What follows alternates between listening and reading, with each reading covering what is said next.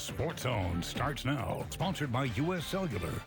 I don't know about you guys, but I feel like Mondays really always determine how the rest of my week is going to go. Is it slow? Is it busy? Stressful? Good? Bad?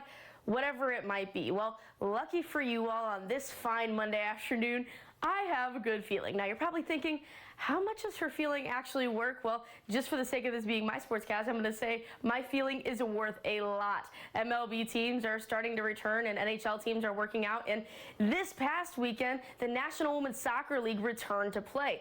Now, if you didn't catch Sports Zone last night, which first of all, come on, guys. Second of all, I told the story of former Missouri soccer standout Sarah Lubert. She has gone pro and is now playing for the Chicago Red Stars. Well, today I caught up with her former coach, Brian Blitz, and he said, for Sarah, the sky is really the limit.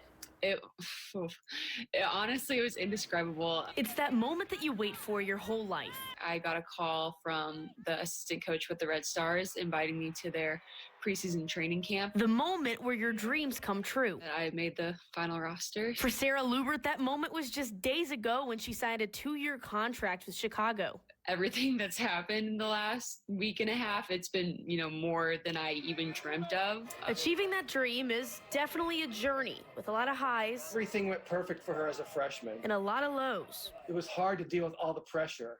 Local kid, and you saw it affect her, as a sophomore, to be honest with you. Mizzou's Brian Blitz says Lubert took those experiences and ran with them, even gaining some perspective along the way.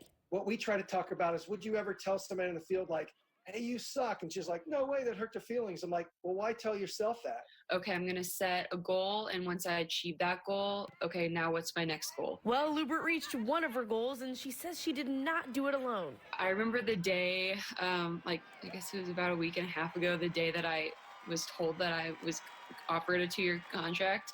I spent the entire day calling old coaches and, texting friends. Probably knew it before her. I speak to the coaches behind the scenes one way or the other. And so I let her tell me it's her time. But she was the right fit for Chicago. And I think it's always about the fit at that point. They value blue collar, being coachable. Now that she's found that fit, Lubert says she wants to make her impact. I just want to be able to help the team in whatever my role is. But Blitz says that's really nothing new. She got it done every day. She didn't feel well, she got it done. She had a bad practice, she made sure she didn't have it. So she never had excuses. Dreams are kind of a funny thing. You grow up watching players.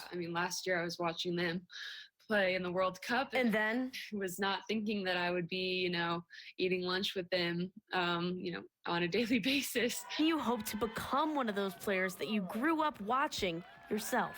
Well, Lubert told me it is exciting to be amongst the pros and some of the former Cup-winning members of the U.S. women's national team.